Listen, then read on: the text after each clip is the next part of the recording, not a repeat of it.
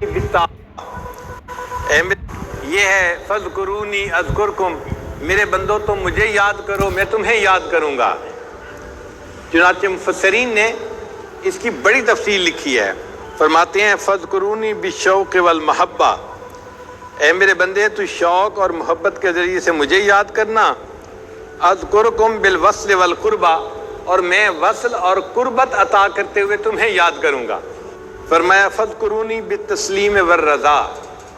اے میرے بندے تو تسلیم اور رضا کے ذریعے سے مجھے یاد کرنا، اذکرکم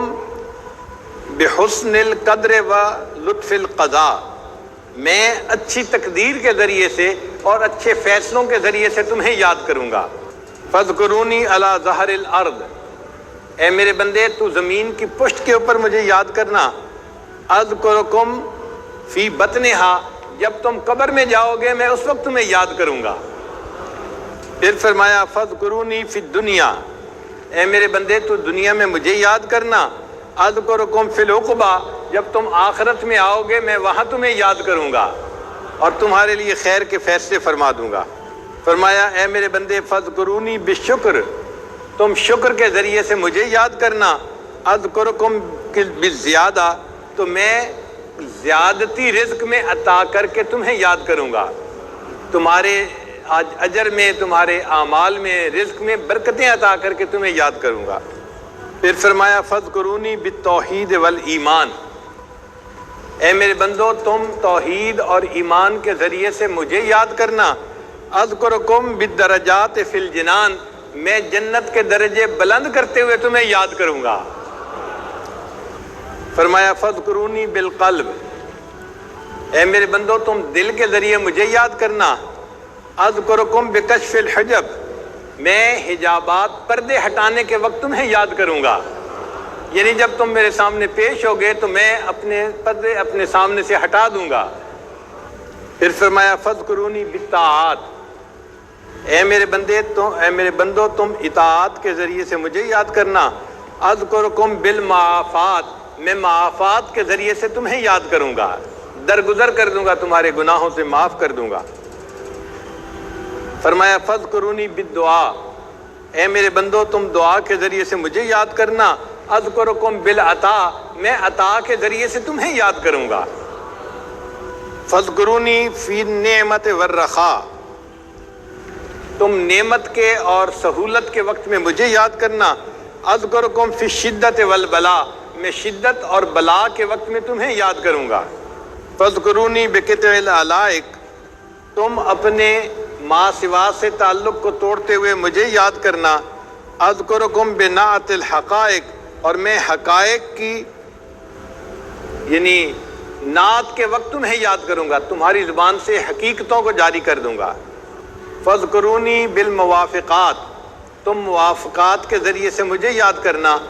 اذکرکم بالکرامات، میں کرامات کے ذریعے سے تمہیں یاد کروں گا۔ اور فرمایا کہ فذکرونی بالسؤال، اے میرے بندے تم سوال کرنے کے ذریعے سے مجھے یاد کرنا، اذکرکم بالنوال، میں نعمتیں عطا کرتے ہوئے تمہیں یاد کروں گا۔ اسی لیے ذکر کی کثرت کی چند برکات ہیں، ان میں سے ایک برکت یہ ہے کہ انسان کا دل سیاہی سے دھل جاتا ہے، جیسے بارش برستی ہے اور کوئی چیز باہر پڑی ہو تو وہ دھل جاتی ہے، اسی طرح انسان ذکر کرتا ہے تو نور کی بارش برستی ہے اور انسان کا دل اس سے دھل جاتا ہے۔ حضرت شاہ ولی اللہ مدد دہلوی رحمۃ اللہ نے فرمایا ہے کہ زمین جب ناپاک ہو جاتی ہے نا تو اس کے پاک ہونے کے دو طریقے ہیں۔ ایک طریقہ تو یہ کہ اتنی بارش برسے